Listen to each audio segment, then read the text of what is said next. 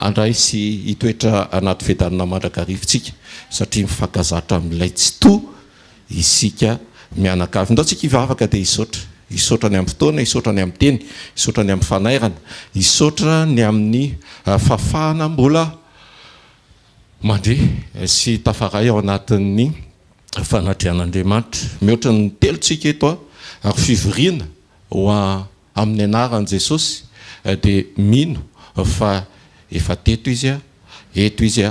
ary eo amin'ny fiainanao izy amin'ny anaran'i Jesosy. Hitahiry an'izay fiadanan'izay ary hitahiry ny fahazotoanao sy ny finiavanao fenao anatinao atanteraka sy joro araka ny sitrapon'Andriamanitra izay. Vavakantsika iray eo amin'ny anaran'i Jesosy. Velom-pisaorana anao mandrakariva izay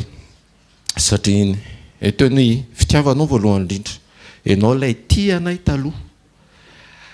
dia tianao izay androsy tombo ao anatin'izany fitiavanao izany ary indrindra ihany koa ametraka an'izany fitiavanao izany, fitiavana atao anatinay mba hahafahanay mitia anao ihany koa ary mitia ny mpiarabelona aminay. Misaotra ny amin'ny teninao satria izay tianao tokoa no anarinao sy toronao ny lalana mba ho amin'ilay fiainana mandrakizay, amin'ilay toerana izay fanomaninao anay dia ho any amin'iray. Mankasitraka indrindra ny amin'ny tontolo andro, ny amin'ny andro maraina mba hahafanay indray mahafantatra, mahalala ny fahamarinanao. Tsy ny olona ny zava-dehibe fa ny teninao sy ianao izay manambara ny zava-dehibe ho anay ary indrindra mba ho teny mipakatra ny amponay ny teny pahamarinana izay ambaranao ary oka ny fanainao masina hiasa mahery indray ao am-pony tsiraray avy ary eo ambavaka ihany koa Jesosy mba ilay fahamarinana marina tsy misy tohika avy aminao, tsy hisy hidiran'ny mahaolona fa hidiran'ilay Andriamanitra feno voninahitra tompony hery sy ny fahefana. Izany no anapaka eto amin'ity toeranyity androany. Ninonina ivelany sitraponao dia tsy ho tanteraka izany amin'ny anara maheran'i Jesosy Kristy velona sy masina ary manan-kery avy any Nazareta. Misaotra ray, anao ny dera, anao ny atsa, anao ny voninahitra mandrakizay, ilay mitoetra amin'ny avo indrindra dia anao izany ilay Andriamanitra tsy to, ilay izy hatrizay ka ho mandrakizay amin'ny anaran'i Jesosy. Amen. Tehaka mafipetsika ao an'Andriamanitra. Alleluia, mahazo toerana vetivety ihany. Alleluia. Tsy tsangan'olona na olona no mahatonga anao eto fa mino afa ilay Andriamanitra izay mitaona anao, izay mitaona antsika tsiraray avy na izary misentikely ihany ny amin'ny hoe hitondra teny dia vazivazy ihany moa hoe isaorana ny fandaharana fa ozany raha lasasany hoe mba mety vera mba mitondra teny ianao dia ozy tamin'ilay rahalahy hoe aloha fa hitondra harinao dia alaiko any aminao le teny dia mba hoetiko atao amin'ity toeranyity fa isaoran'Andriamanitra vodin'Andriamanitra irery ihany. Ny tenin'ny Romanina ao amin'ny toko fa 5:10 sy 5:1 na ny lohateny na ny lohahevitra ary ataoko hoe aoka ny tsiraray avy no anome an'izay lohateny amin'ny fandraisany azy ao anatiny. Amen. Fa somary mikasika bebe kokoa ny momba ny fisainan'izy ity. Romanina toko fa 5:1 mba ho saina iray sy vava iray no iarahanareo mankalaza an'Andriamanitra rain'i Jesosy Kristy tompontsika. Amen. Itsika tafavory atao amin'ity efitra ambony ity. Amen. Ho fen'ny fanahy, ampaherezan'ny fanahy, hijoro amin'ny fanahy mba ho iraisaintsika fa Andriamanitra tokana no tompontsika sy iakofantsika ary ny teraintsika. Mba ho saina iray sy vava iray, miray tanterakantsika mba ho tokana no hitan'Andriamanitra eo amin'ny fanatrehany. Kanefa miainga amintsika tsiraray avy, itsika tsiraray avy izay mijery an'Andriamanitra na hoe midera an'Andriamanitra amin'ny saina sy vava iray izay mitambatra mba tena ho marina koa fa amin'ny saina iray sy vava iray no hiderantsika an'Andriamanitra dia manomboka amintsika tsiraray avy aloha mba hoe saina iray sy vava iray ao aminao. Saina sy vava, saina mety mifatoka amin'Andriamanitra, mihevitra, misaitsaina andro aman'alina ny tenin'Andriamanitra ary izay no mitarika atsika mampiteny ny vavantsika hideran'Andriamanitra ho antsika tsirairay avy zay ary zay tsika tsirairay avy tena iarahantsika mankalaza an'Andriamanitra zay raha mitovy daholo ny tadingagantsika saminy hoe Saul raha ohatra hoe ny koralina rehetra hoe samy Saul daholo na hoe eny mety misy ny fa ny clé aloha tsy maintsy anankiray foana angamba raha tsy diso fa tsy hoe ny feo faharoa dia clé de do tsy fantatro na ny feo fahatelo dia hoe clé hafa fa hoe rehefa clé anankiray dia miainga amin'izay daholo ny zavatra rehetra zay ve koralina malala sy ribidera malala dia miainga amin'izay tsika dia izay clé raha tsika rehetra zay miainga amintsika io zay te hoe miainga amin'ny saina sy ny vava miara-mankalaza an'Andriamanitra dia izay manandratra fiderana an'Andriamanitra zao nefany io fisainan'io raha ny fahatsapako sy raha ny mba niainako hatramin'izay zay taona rehetra zay isaorana an'Andriamanitra ny amin'ny fitiavana sy ny amin'ny famindrampony dia zao io fisainan'io na io saina io raha ohatra ka jerentsika tsotsotra ary mino fa mety zay ihany koa ny fahatsapanao dia miankina amin'izay tontolo iainanao ny ao amin'ny fisainana dia miankina amin'izay zavatra tsapanao zavatra renesinao zavatra hitanao dia misy information na misy zavatra maro be dia be miditra ao an-tsainao ao ohatra hoe ilay aloha raisitsika amin'izay hoe misy zavatra be dia be miditra ao amin'ny sainao ao dia ao ianao le miketriketrika ozy ny fiteny miketriketrika ny sainao hoe ataoko an'izao dia ataoko an'izao dia ity koa zao ohatra zao iny mahatona anao an'izao na ity zao misy dia noho izao zavatra zao dia reny zavatra be dia be reny mampiketriketrika ny saintsika ao anatintsika ao raha ohatra ka la ny fiainantsika andavanandro zay ve marina ve zany dia zay aloha zany raha ohatra hoe fiainanao fa ny tombony lehibe ho antsika tsika tsy misaina fe misaina fotsiny mampiasa ny saina fotsiny tsy hoe araky ny tanjaka na arak'izay mety traikefa na arak'izay mety efa lalovana rehetra fa minery ny fanahy Jehovah tompony maro zany hoe manana tombony lehibe tsika satria na nefa ny Jesosy le fanahy mba hanampy atsika amin'izay mety ketrika misy sy nateraka ny zavatra rehetra atao an-tsaintsika ary ny tena marina tsika tsy natao hiketrika amin'izay zavatra hitsapatsika amin'izay nofo sy ny izay mety hitantsika sy ny fiainana eo amin'izay lalovantsika fa tsika mila miketrika ny amin'ny fahatanterahany fiombonantsika ao amin'Andriamanitra amen fa manambara zany hoe aiza ho aiza moa le fisainana ary inona mety zavatra miasa ampiodina na hoe ampiketrika ny ao amin'ny fisainantsika ao mety hoe tsy fantatro mety hoe misy vaovao tonga tampoka any vaovao tsara be amin'ny HVKL vaovao ratsy zany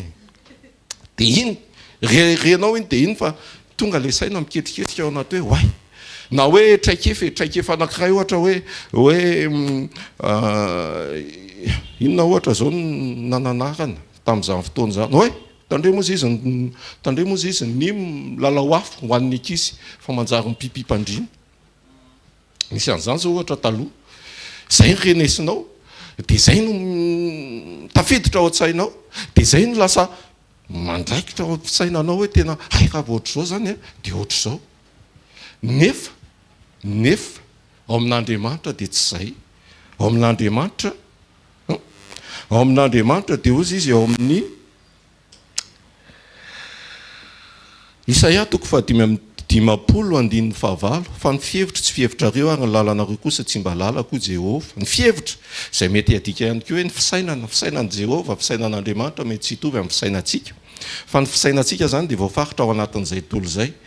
dia izay no mahatonga atsika hoe ao anatin'ny sekoly mampiditra tontolo hafa araka ny sitrapon'Andriamanitra satria eo amin'ny fanatrehan'Andriamanitra mamolavola n'izay fisainan'izay ho tahaka ny fisainan'Andriamanitra tahaka ny fihevitr'Andriamanitra dia izay no mahatonga antsika le mivavaka hoe tompo mba ho saina ho iray mba ho fo iray mba tahaka ny fijerinao mba tahaka ny fiaininao mba tahaka ny fijoronao ary tsika moa zay ny antom-pisina mba hanahaka sy hiaina tahaka an' Jesosy manahafa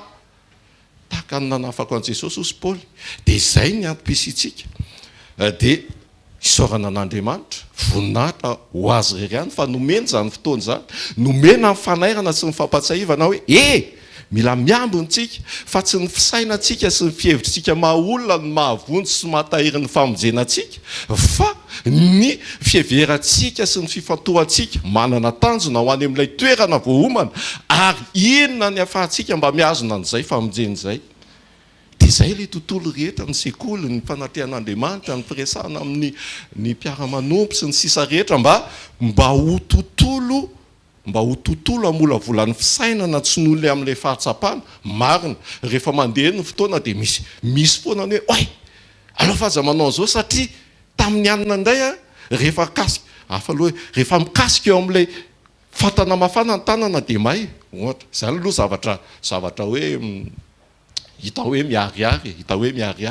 fa le hoe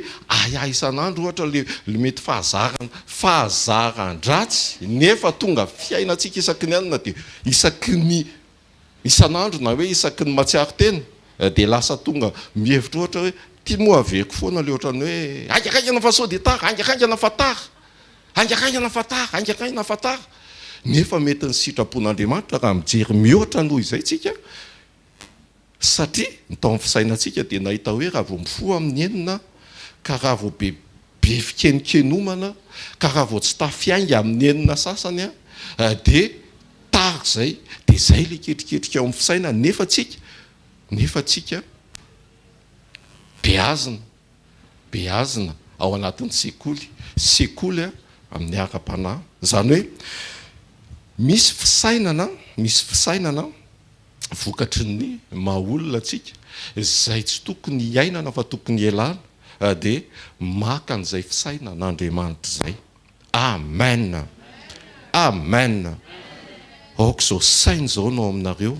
dia sainy Kristy amin'ny anaran'i Jesosy sy ato anatiny koa. Dia misy zay no mahakasika an'iny fisainana fa misy trangan-javatra na hoe fahatsapana ihany koa teo amin'ny fiainako tiako hanairana antsika tsiraray avy rehefa ny saitsika no manana hevitra anankiray zay dia ino no mamaritra ihany koa ny fihetsikitsika na ny fisainantsika zany moa mazava ho azy ohatra zavatra nakasika na ohatra hoe zao moa fotoana chou-fleur mahita ny chou-fleur eny an-tsena sy eny amin'ny mpivarotra rehetra eny dia io chou-fleur io rehefa arakaraka izay andrahoinao moa indraindray zany tonga dia hoe tapatapahanao dia tonga dia endasinao ny hena ohatra dia afangaronao anaty vilany dia tonga dia ao na le hoe ataonao sauce vinaigrette ihany koa tsy hoe akory hoe inona fa zao no tiako atongavana. Rehefa andrahoina io chou-fleur io tsy ataonao masaka be fa hoe andrahoinao dia esorinao anatin'iny rano iny dia apetraka ao anaty zavatra anankiray dia saromanao avelanao angatsika dia amin'ny fotoana anankiray anao manokatra an'iny dia misy fofona mivoa misy fofona enina tsy zay dia ianao raha mahita hoe nanokatra an'le chou-fleur ianao dia enina hoe misy fofona dia fantatra hoe fofona chou-fleur fa tsy fofona zavatra hafa fa raha ohatra ianao hoe avy any ambadika avy any tsy nahita an'le chou-fleur dia ozana zandray ary ny tena azonao ve hoe izandray zany hoe fofona zay mety horenesinao zay mety mametraka hevitra ao an-tsainao raha tsy hitanao le chou-fleur dia tonga anao mametraka no le fofona hoe tena nisy nandefa rivotra zany na hoe tsy fantatro dia tonga ianao dia ohatra ny ratsy ny fihevitra ao fa rehefa hitanao hoe chou-fleur ka le izy dia madio azy lasa hafa indray ny fisainanao zany hoe io fisainana io zany rehefa amin'ny fotoana anankiray rehefa fantatrao azo ahitsy azo atao amin'ny hoe fisainana zay le hoe fisainana madio tsy mila hoe mahita souffleur ianao vao afaky ny hoe tsy hevitra n'ilay zavatra anankiray azonao hoe fa ianao ao anatinao manadio ny fisainanao dia mametraka hoe tsy maninona ohatran'ny fijerinao ohatran'ny hoe zazakely mikaka am-po etsy a tsy mampaninona anao a nonohatra hoe olon-dehibe a mikaka am-po etsy ohatra azafady fa ohatran'ny mahitsy be satria le fiazonana sy le fanadiovana an'le saina ho tsy mihevitra zava-dratsy fa tena hoe tsotra sy mahitsy dia zay a no manampy atsika sy ary zay moa ny angatahana hoe mba nalana ny saina madio sy fahadiovam-po zay miantoka ny fahadiovam-po ihany koa ahitantsika an'Andriamanitra atsapahantsika ny fanatrehan'Andriamanitra zafady fa mahitsy be ao le fanoharana dia ohatrany tsy mampahinona anao kokoa an'le zazakely noho ny am'le olon-dehibe nefa zavatra anankiroa mitovy no mitranga dia zay zany no atsapahantsika hoe le fisainana io zany kay afaka ao anatinao ao ihany dia afaka ny saina zavatra tsara zavatra madio mandrakariva ary indrindra ho anaveriko indray hoe tsy mandeha rerintsika fa mifanahy masina dia mampatsiasy sy manampy atsika andeha ao anatin'izay lalan'izay amen mba afahantsika mandroso ao anatin'le vavaka hoe aoka tompo ny fihevitra ao dia ho fihevitro ny fisainanao dia fisainako ny fijerinao dia fijeriko ary indrindra ny fonao dia foko mba ho iray ao aminao amin'ny anaran'i Jesosy amen teo ny ao amin'ny Genesis 5:20 amin'ny anaran'i Jesosy tantaran'i Joseph izy io ary Joseph fantatsika loatra fa lay zanaky iza moa Jakoba sy Israely dia ny alonany zanaky Jakoba sy iza ny anankiray Lea le folo mirahalahy ary tena hoe fisainan-dratsy mihitsy nenizy folo mirahalahy raha nahitany Jakoba sy ny alina ny Jakoba nefa moa araka le niteneniko teo hoe afaka ny tsy nisaina an'izay ry zareo raha ohatra ka nanana an'izay fahafantarana discernement kely zay tao amin'zareo fa zay le hoe fisainana volavolainy zava-misy nahitany Joseph ary zareo tao amin'le fiarahana sy tao amin'le ankonana sy tokantrano ny ainana amin'ny andavanandro hoe tena ohatran'ny angaran'le rapapa le ry dia ohatran'izay zany ahoana ary zay koa ny afaka ho atsika zanaka na hoe ao tokantrano ao afaky ny hijery mihoatra fa tsy hoe zay foana ny rahana fa ahoana ary zay mihitsy ve tsy tiany eto amin'ity trano ity sa ahoana ny tena zay foana dia tsetsatsiaritra kely moa fa tao amin'ilay ankonana anankiray nisy telo mianadahy dia ohatr'izay ny zava-nitranga hoe tena zay foana ve ny rahana eto amin'ity toerana ity eto amin'ity trano ity fa maninona n'izay foana dia zao nitan'le raha aman-drenina tao ny hafarany bon rehefa zany dia zao omena amin'ity ohatra hoe amin'ity andro latsinainy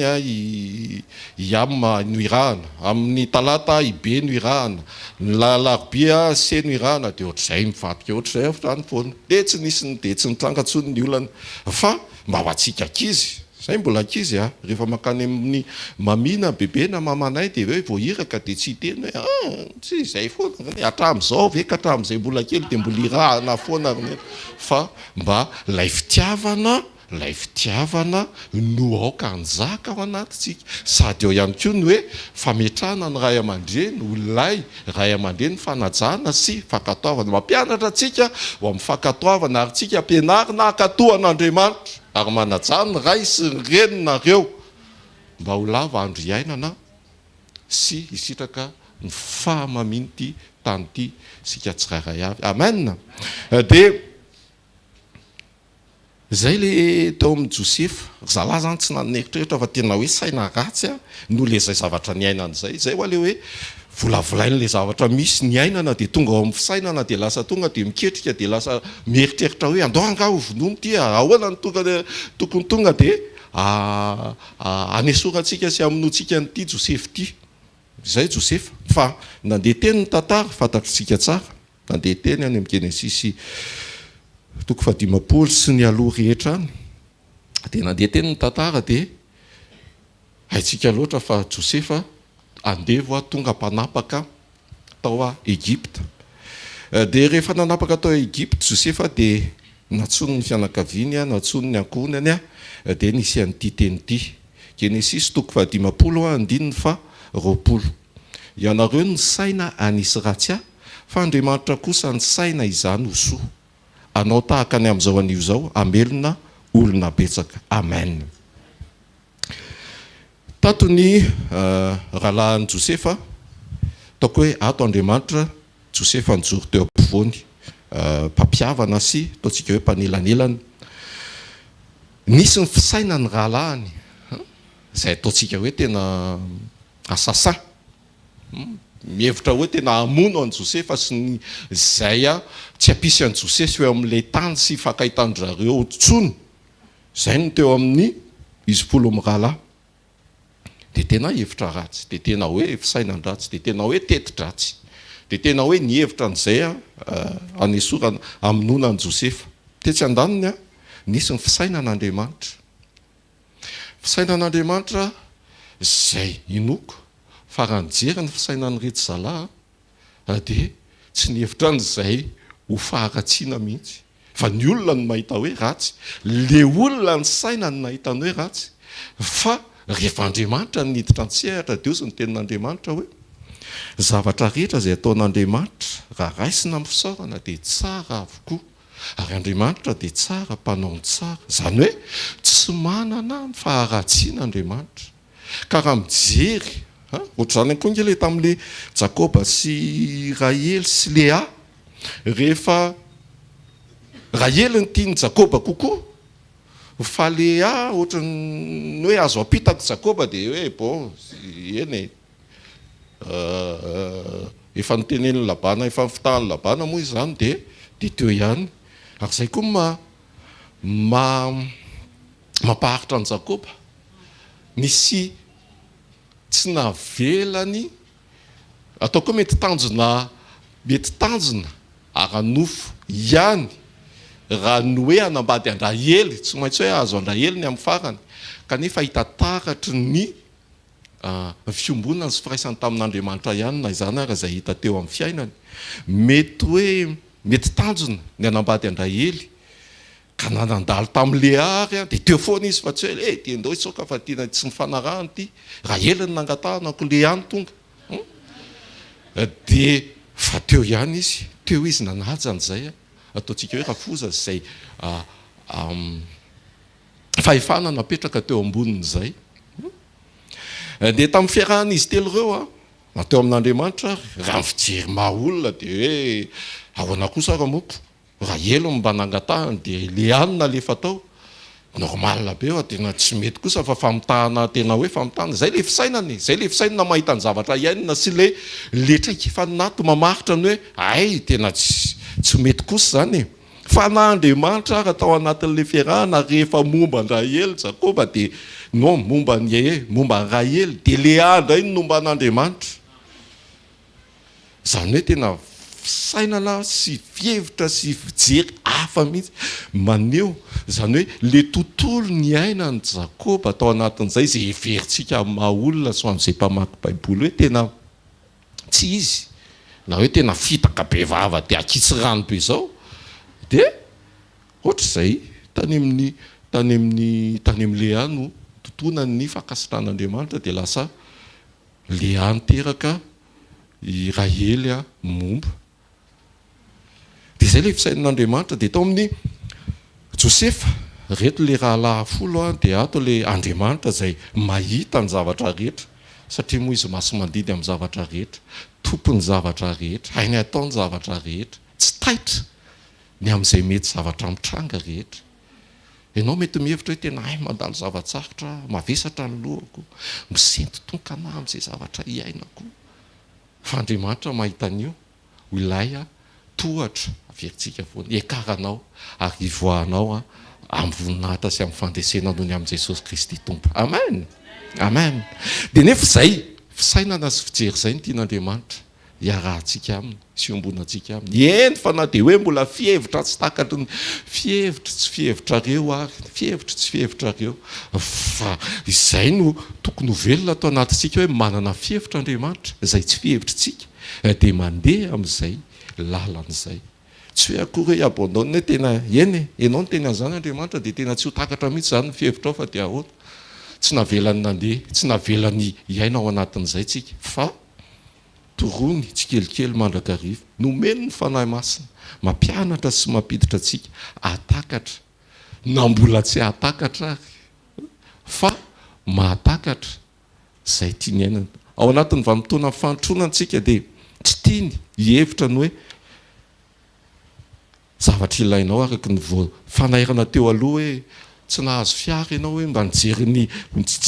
dia anao hatramin'izay ka hatramin'izao hoe tena nandeha tongotra tamin'izay fotoana, nandritra n'izay fotoana izay, nanana bisikileta tamin'ny taona zao kosa manana moto, ary zao tena manana fiara, dia variana amin'izay misaotra Andriamanitra fa tena mitahy ianao.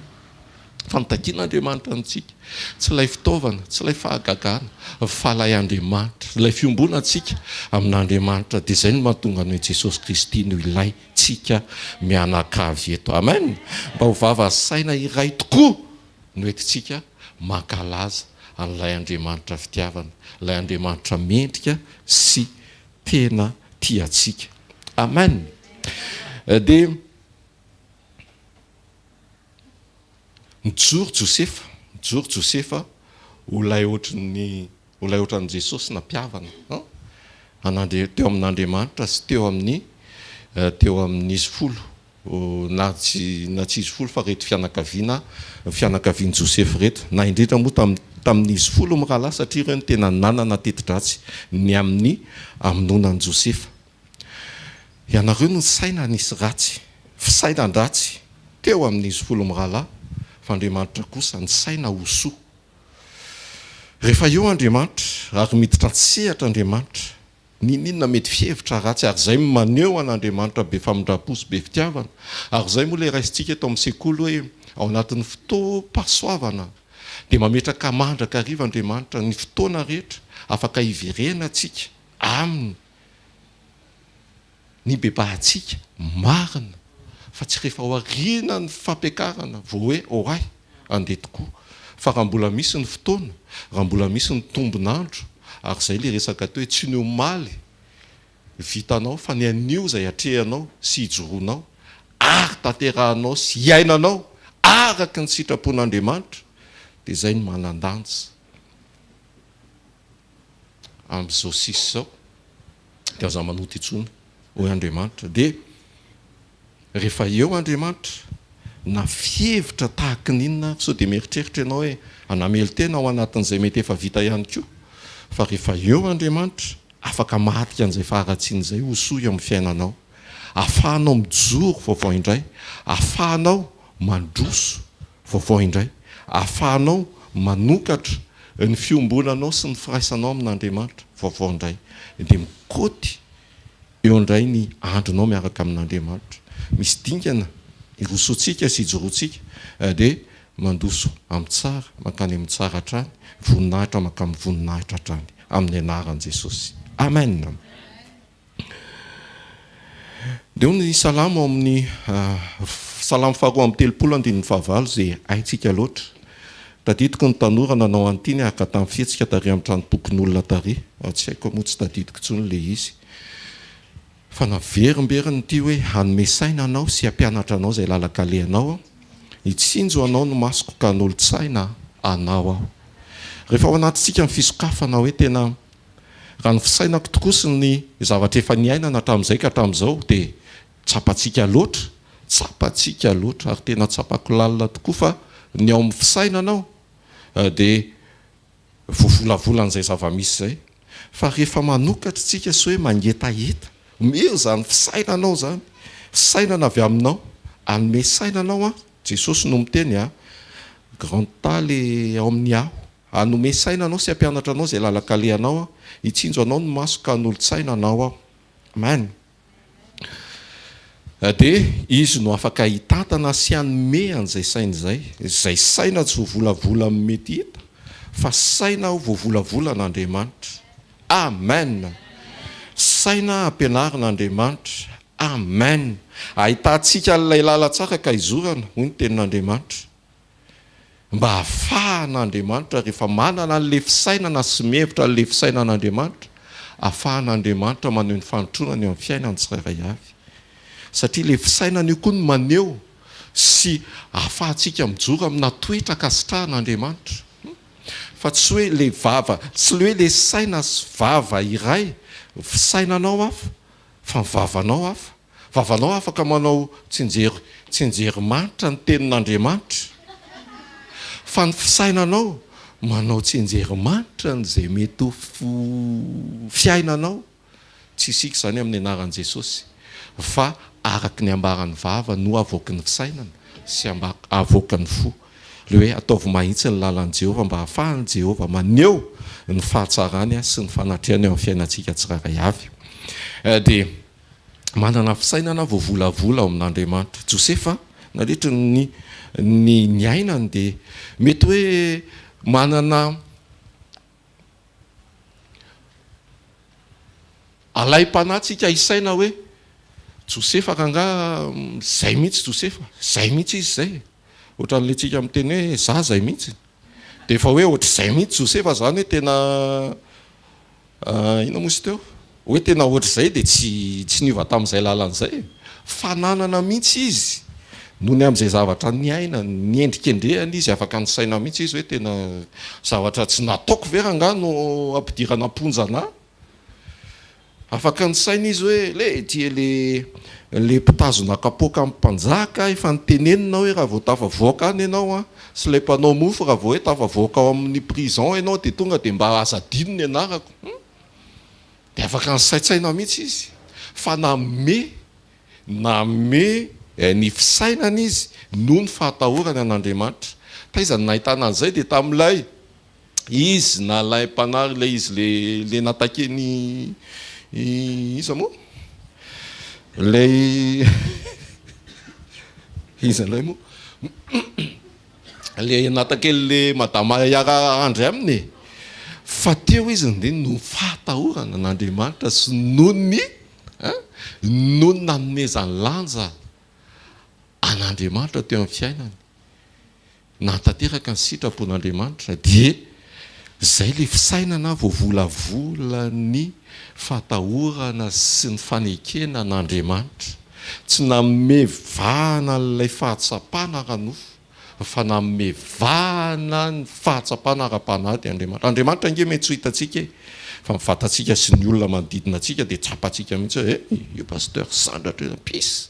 io nivadika io pisy, sy ny hoe tena hoe voaray tena hoe voatsapa. Fa Andriamanitra mety tsapatsika fa Andriamanitra dia fanahy, izay mivavaka amin'Andriamanitra dia mivavaka amin'ny fanahy. Izany hoe misy tokony hoarina sy apetraka atao anatsika mandrakariva ao anatin'io fisainana io hoe tsy mandeha ho azy ary tsy vokatry n'izay mety ho zava-misy no avoaka ny calcul na avoaka ny kajikajy ny fisainako, fa araka ny kajikajin'Andriamanitra. Dia nitsotra indrindra nomena atsika tsy ezakitsika hanakatra ny fisainan'Andriamanitra satria hoe ny fihevitra tsy fihevitra fa kosa nitsotra indrindra dia natsonitsika hanahaka an'i Jesosy. Tantaran'i Jesosy na ny fiainan'i Jesosy dia naseho tao anatin'ny testamenta vaovao. Ary ny zavatra tsotra indrindra dia maneho sy miaina tahaka an'i Jesosy, ilay toetra an'i Jesosy. Amen. Mety ao anatin'ny araka ny teny teo hoe atezitra ihany aloha izy, tezitra izy tamin'ny fotoana anankiray hoe ny fiangonana, ny tranony natao fierenjiolahy, natao toeram-barotra, zany hoe mila tezitra tsika ny ao anatintsika raha ohatra ka ny fotsika ny mbola misy tontolo mampisaraka atsika n'Andriamanitra ny amin'ny fahotantsika zany dia mihevitra dia misaina dia tezitra amin'ny tenantsika izay mahatonga le hoe tezitra amin'ny fahotana tonga tsy tia fahotana fa maninona mbola misy an'izao foana Jesosy dia iny ianao le manakatotrano dia mivavaka dia mirindrina dia ao ianao sy ny Andriamanitra ao zao fa maninona fa ahoana ampio ahy joro ahy androso ahy tena zao e dia zay mila tezeranao fa tsy ny namanao ny tezeranao na ny zava-bitanao maly ny tezeranao fa ny fonao mbola tsy tafatoetra ary ny fo mbola misy sakana tsy afahantsika mahita an'Andriamanitra. Amen. Minao fa mametraka fisaitsainana marina ao anatinao. Ilay fisaitsainana marina dia le hoe fisaitsainana voavolavola n'Andriamanitra mahijoro sy andeha aneo ny toetra n'Andriamanitra marina tokoa. Amen. Fa ianao kosa raha mivavaka dia midira ao amin'ny efitranonao ka rehefa voarindrinao ny varavaranao dia mivavaha amin'ny rainao izay ao amin'ny mangingina ary ny rainao izay mahita ao amin'ny mangingina no hamaly ianao. Amen. Izany hoe azontsika raisina ihany koa hoe ny fifatoanao sy ny fanazaranao ny fisainanao anana an'izay fahadiova-tsaina izay dia azontsika amin'ny tsy fisokafantsika amin'izay zava-misy manodidina fa ny fifatoantsika ao amin'Andriamanitra araka Timothée toko 4:9 ity miditra amin'ny toerana anankiray manidiny efitrano manidiny sofina ny fiaina ny fahatsapana aranofo mikatsaka ny fiombonanao sy ny fifandraisanao amin'Andriamanitra mba izay vaovao mahafaly sy ny filazantsara amin'Andriamanitra no renesinao ary izay le mamolavola ny fisainanao tsy handeha araka ny fisainana mahaolona sy ny fisainany nofo. Izany hoe mila fifantohana ary izay ny hanazarana ny fifantohantsika ho amin'Andriamanitra mba tsy hiparitaka.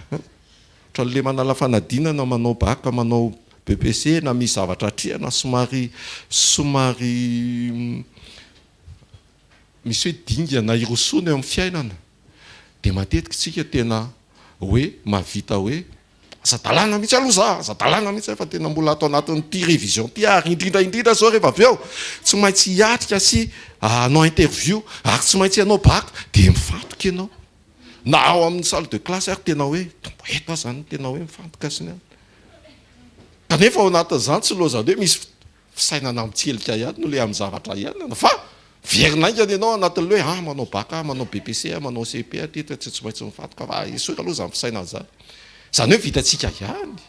amin'ny fotoana ilana azy ny mifantoka sy tsy mibantsina afa-tsiny ary zay ange no entina ao amin'Andriamanitra mba hoe ifatohantsika ao amin'Andriamanitra. Amen. Ary tsy averina ihany tsy mandeha rerintsika fa mifanahy masina mba nampy antsika hifantoka ao anatin'izay lalan'izay. Amen. Mijeritsika fohifohy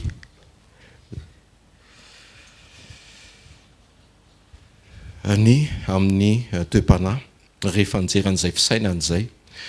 Ny fisainana ihany koa no mamaritra atsika ampijoro sy hoe ampiaina ny toetra n'Andriamanitra ao anatintsika rehefa hoe feno fifatohana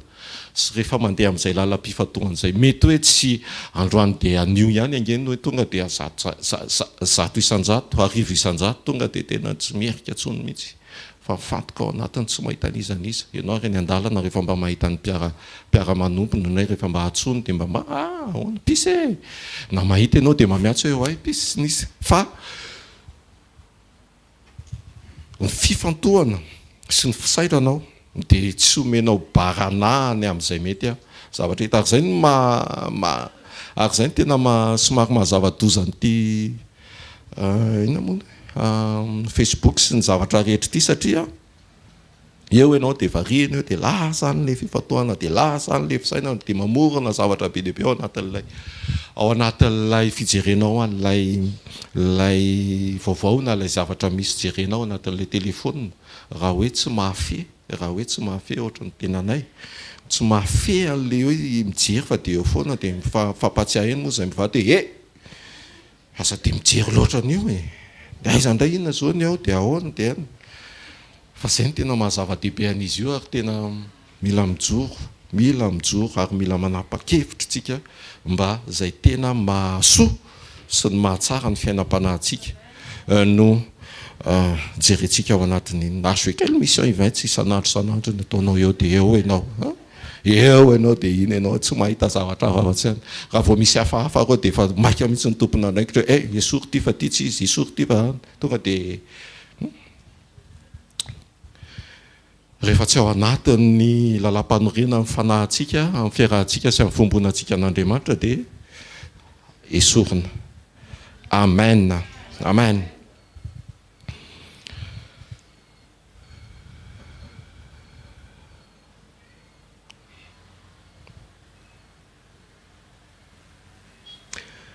Mety misy dingana maromaro ny atao hoe fanovana na ny fiovana iainantsika raha ny hitako hatreto miaraka amin'ny fanampiany fanahy masina ny amin'izay fampanjakana ny sitrapon'Andriamanitra izay mety hoe amin'ny fotoana anankiray ionanao amin'Andriamanitra dia afaka niova ny zavatra rehetra, afaka nisy ny vahaolana, afaka nisy ny fanasitranana. Tahaka an'ilay boka anankiray nanatonan'i Jesosy ny teny hoe raha mety ianao dia diovy dia tamin'ny fotoana iny ihany dia sitrana ny fahabokana ary vovonjy vovonjy ilay boka ao amin'ny Matio toko 9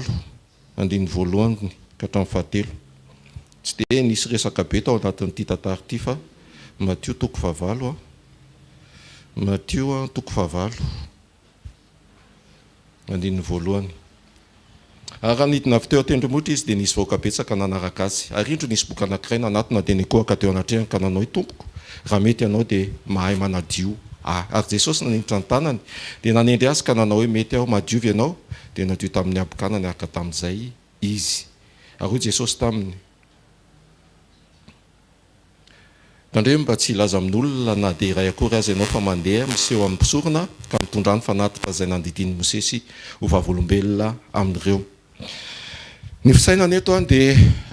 manaitra antsika sy mampirisika antsika hevitra an' Jesosy hifantoka any amin'i Jesosy tsy ny fahagagana no ilaintsika fa ilay mpanao fahagagana na i Jesosy mihitsy no ilaintsika satria afaka mety hoe nisy nanao fahagagana tany fa tsy Jesosy fa mety hoe olo-kafa na mety rehefa Jesosy dia Satana moa zany mazava ho azy dia any ianao zany nahazo fahagagana dia any ianao nyroboka dia any ianao dia any tsy ianao zany amin'ny anaran'i Jesosy fa le olona anankiray tsy eto izy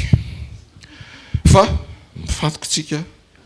amin'Andriamanitra mba fisainana mihevitra sy mifantoka amin'Andriamanitra dia teto afaka niova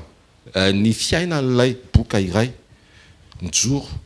rehefa niona indray mandeha tamin'Andriamanitra tahaka niona tamin'Andriamanitra tamin'izany fotoana izany tonga dia ohatrany hoe afoiky daholo ny zavatra rehetra rehefa nandeha teny fotoana moa nandeha teny fotoana dia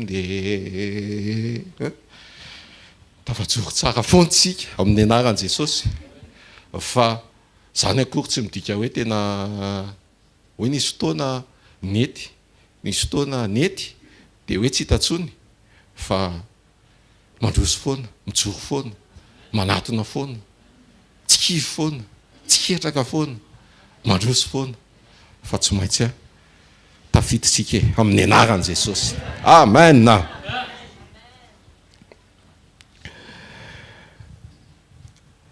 Dia jerentsika ny tantaran'ny Samsone amaranantsika azy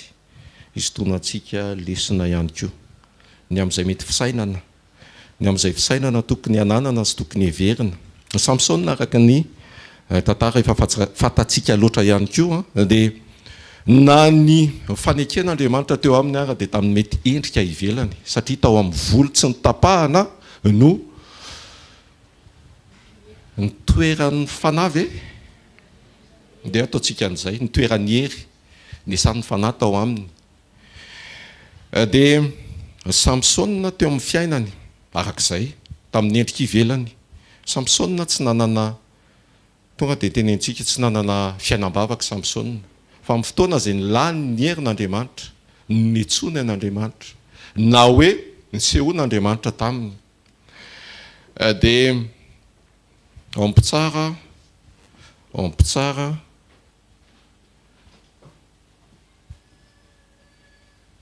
izay aorinan-josoa toko 4:1 dia nilatsaka tamin'ny Samsona ny fanahin'i Jehovah ary ilay liona tanora dia nisamatsamaha noatra ny fanasamaka zanakosy nefa tsy nisy na inona na inona teny an-tanany ary tsy nambarany tamin'ny rainy na tamin'ny reny izay efa nataony. Niseho tokoa ny herin'Andriamanitra tamin'ny Samsona tsisy mahavita an'izany hoe manasamaka liona raha tsy hoe le an'ny reny angambany raha tsy hoe le inona moa sy teo liona inona le liona nonorsy reny angambany reny mety vitatsika manasamaka any reny hatrary amin'ny vavany ka hatramin'ny anina amin'izao lehibe zao tambola kely ary hoe milalao any reny tsy navita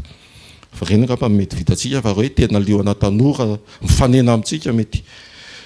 tsy vita fa tongotra katoka na hoe Jesosy itya Jesosy ny herintsika fa raha ohatra ka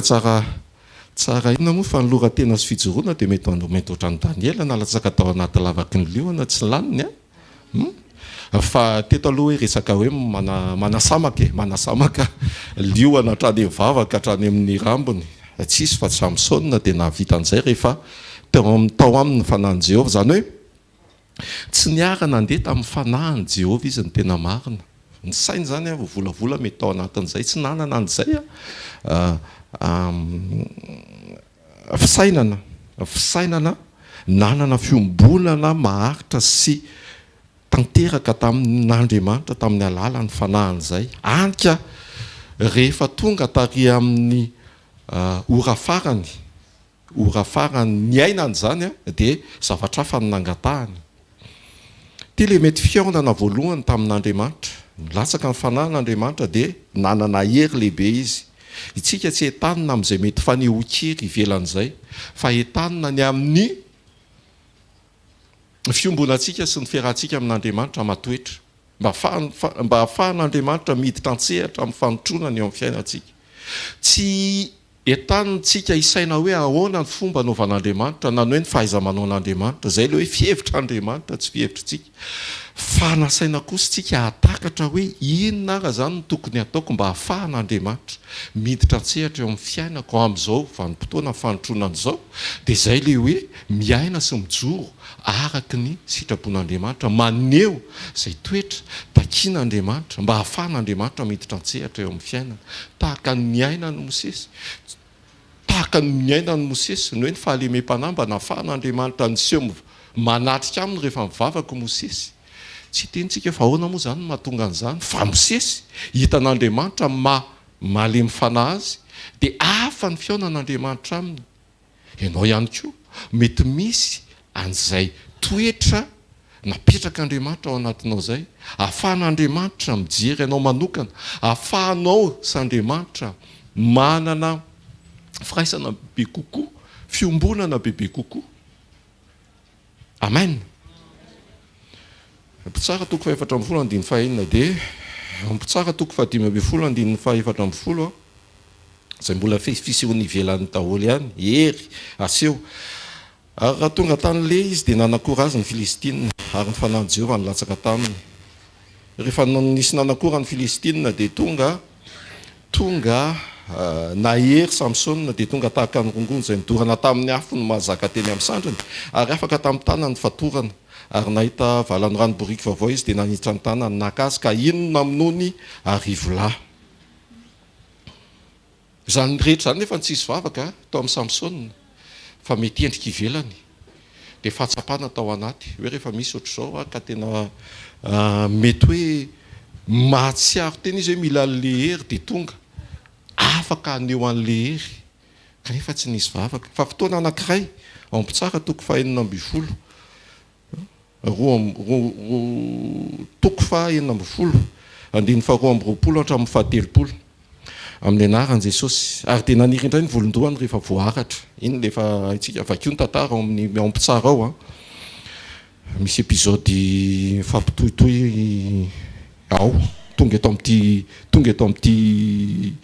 toko fahaenina amby folo andiny faharoa amby roapolo ity ary dia naniry indray ny volondohany rehefa voaratra ary nivory teo andrinan'ny Filistina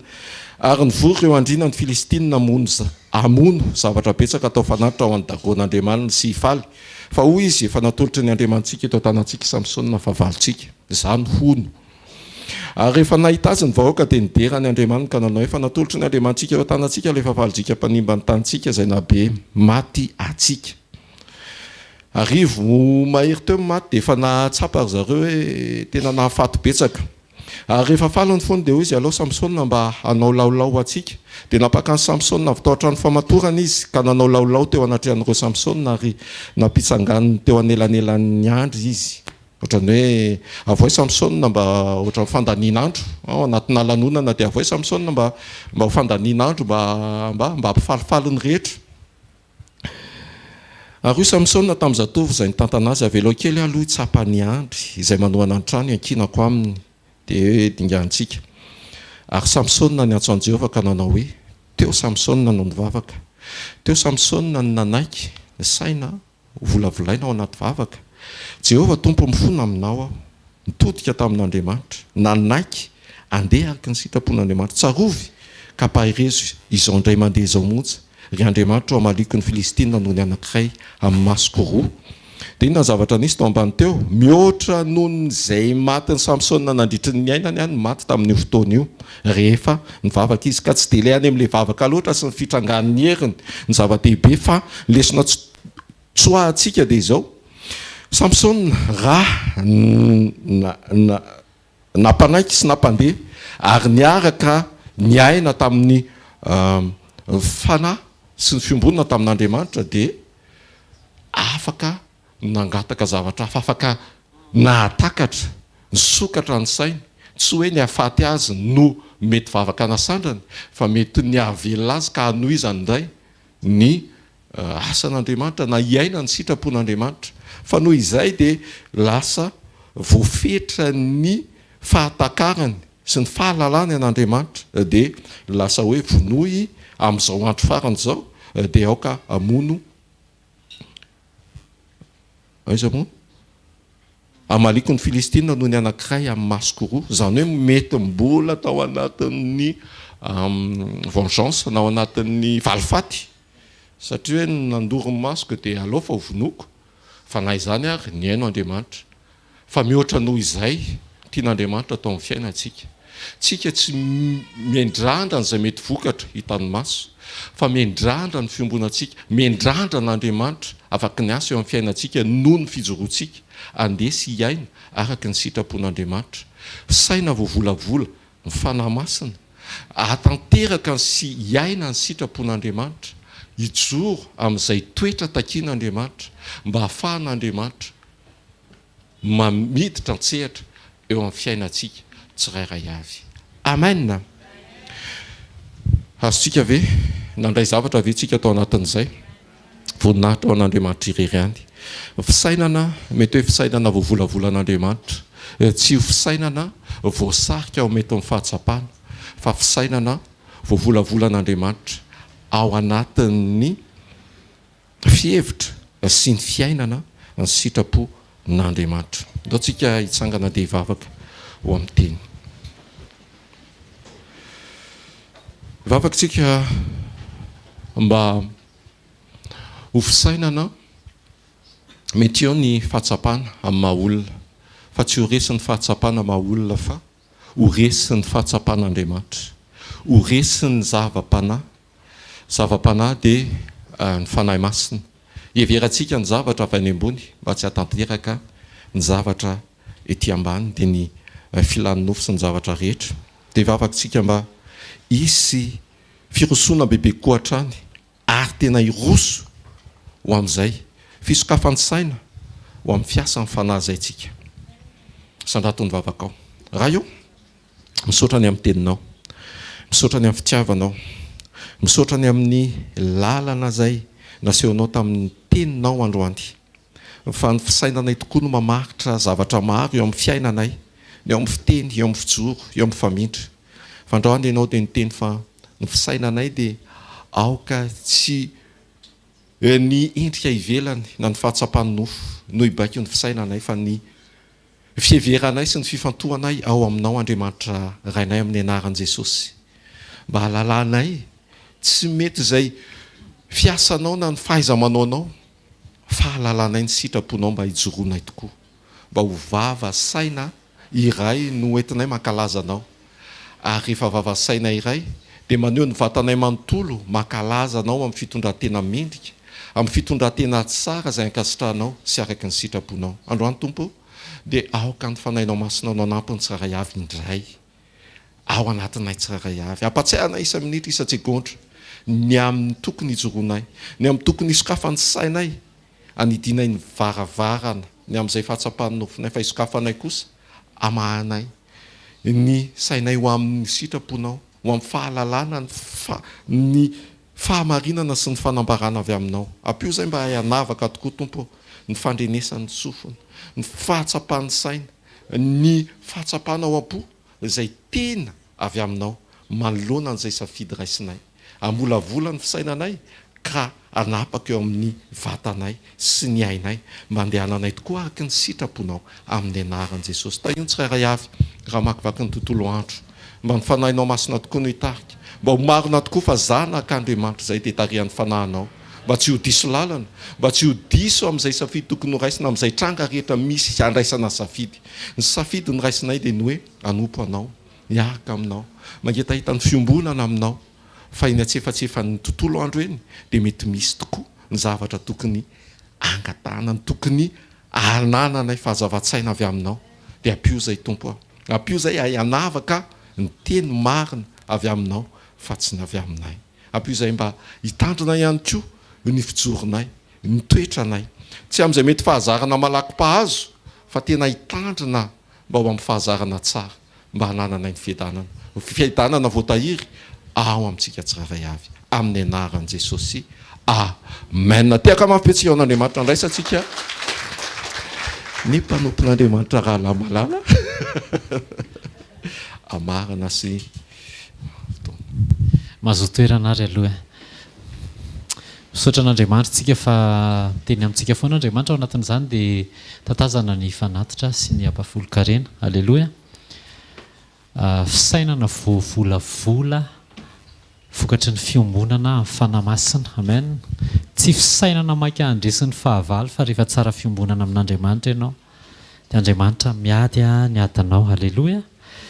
ny fotoanantsika moa zany dia araky ny efa fantatsika tsy miova fa rapitso sy ravaka pitso talata sy larobia eto amin'ny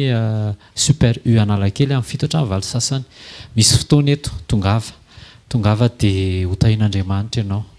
na tsy afaka ary ianao tahin'Andriamanitra foana amen amen tonga dia miombona amin'ny teny dia miombona amin'ny fanamasina dia haitsio ny fisainana tonga dia haitsio ny fisainana tonga dia mety foana io mety foana teneny eo akaikinao mety foana io hoe tonga dia mety foana io miaraka amin'ny fanamasina amen amen rehefa madio ny fisainana dia mahafinaritra be miatrika journée tonga dia tsara tare daholo izay jerena tonga dia mety daholo ny rehetrarehetra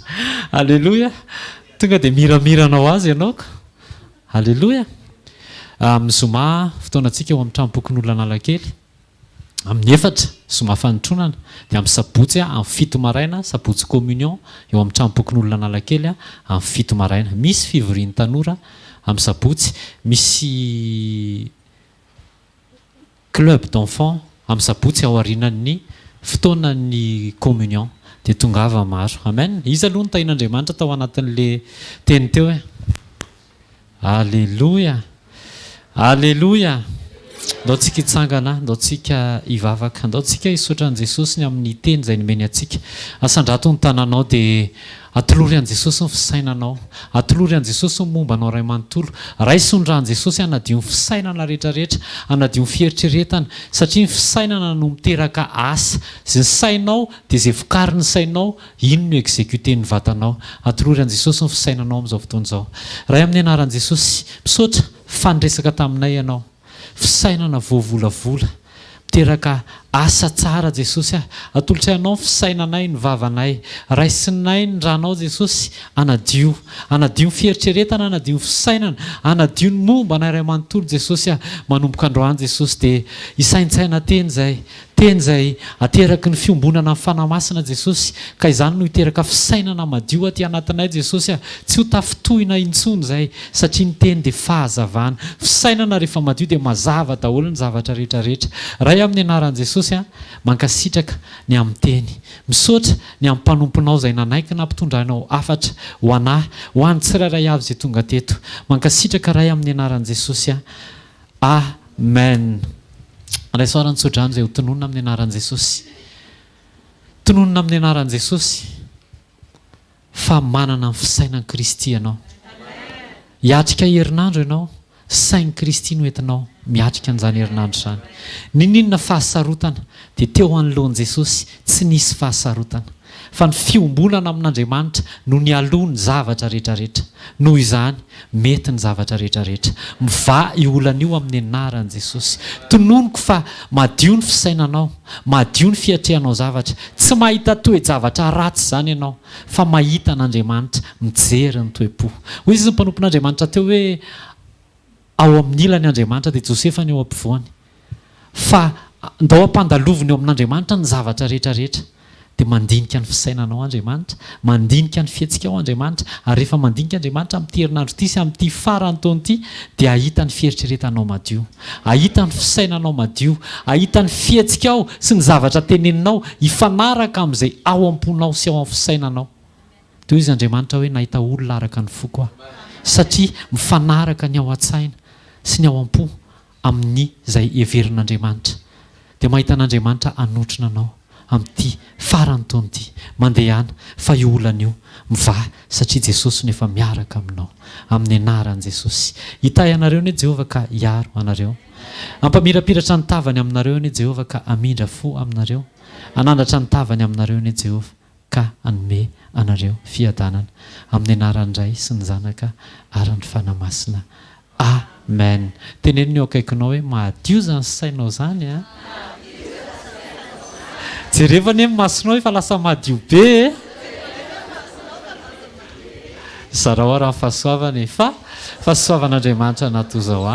fa fahasoavan'Andriamanitra natozao antsika rehetra. Amen. Raha pitso amin'ny fito eto amin'ny tranopokon'olona